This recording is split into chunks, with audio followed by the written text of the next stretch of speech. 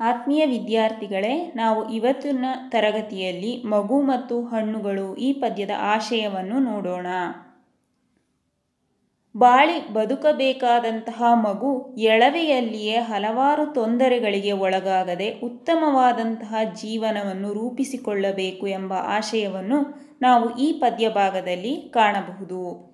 ಪ್ರಸ್ತುತ ಕವಿತೆಯಲ್ಲಿ ಬೇರೆ ಬೇರೆ ಹಣ್ಣುಗಳ ವಿಭಿನ್ನವಾದ ಬಗೆಯ ರುಚಿ, ಮಾಗುವಿಕೆ, ಲಭ್ಯತೆ ಹಾಗೂ ಅಪರೂಪತೆಗಳ ಅಂಶಗಳನ್ನು ಮಗುವಿನ ವಿಕಸನದ ಗುಣಗಳಾಗಿ ಅಂದರೆ ವಿಕಾಸದ ಗುಣಗಳಾಗಿ ಭಾವಿಸಲಾಗಿದೆ ಎಂಬ ಅಂಶವನ್ನು ನಾವು ಇಲ್ಲಿ ಕಾಣಬಹುದು.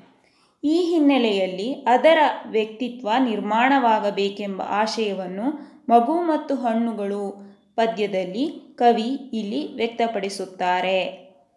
ಬಾಳಿ ಬದುಕಬೇಕಾದಂತಹ ಮಗು ಎಳವೆಯಲ್ಲಿಯೇ ಹಲವಾರು ತೊಂದರೆಗಳಿಗೆ ಒಳಗಾಗದೆ ಉತ್ತಮವಾದಂತಹ ಸಮಗಾತ್ರದ ಗುಣಗಳನ್ನು ಒಳಗೊಳ್ಳುತ್ತಾ ಪಕ್ವಗೊಂಡು ಅಪರೂಪವಾದಂತಹ ವ್ಯಕ್ತಿತ್ವವಾಗಿ ಬೆಳೆಯಬೇಕು, ಮೆಚ್ಚುಗೆಯನ್ನು ಗಳಿಸಿಕೊಳ್ಳಬೇಕು ಎಂಬ ವಿಚಾರವನ್ನು ನಾವು ಇಲ್ಲಿ ಕಾಣಬಹುದು. ಉಪಕಾರಿಯಾಗಿ ಎಲ್ಲರಿಗೂ ದಕ್ಕುವಂತಹ ವ್ಯಕ್ತಿಯಾಗಿ ರೂಪುಗೊಳ್ಳಬೇಕೆಂಬುದನ್ನು ನಾವು ಈ ಪದ್ಯ ಭಾಗದಲ್ಲಿ ಕಾಣಬಹುದಾಗಿದೆ. ಆಧುನಿಕ ಸರಕು ಮಾರುಕಟ್ಟೆಯ ನಡುವೆ ಮಗುವು ಹಣ್ಣಿನಂಗಡಿಯಂತೆ ಆಗಬೇಕೆಂಬ ಉದ್ದೇಶವನ್ನು ನಾವು ಇಲ್ಲಿ ಕಾಣಬಹುದು.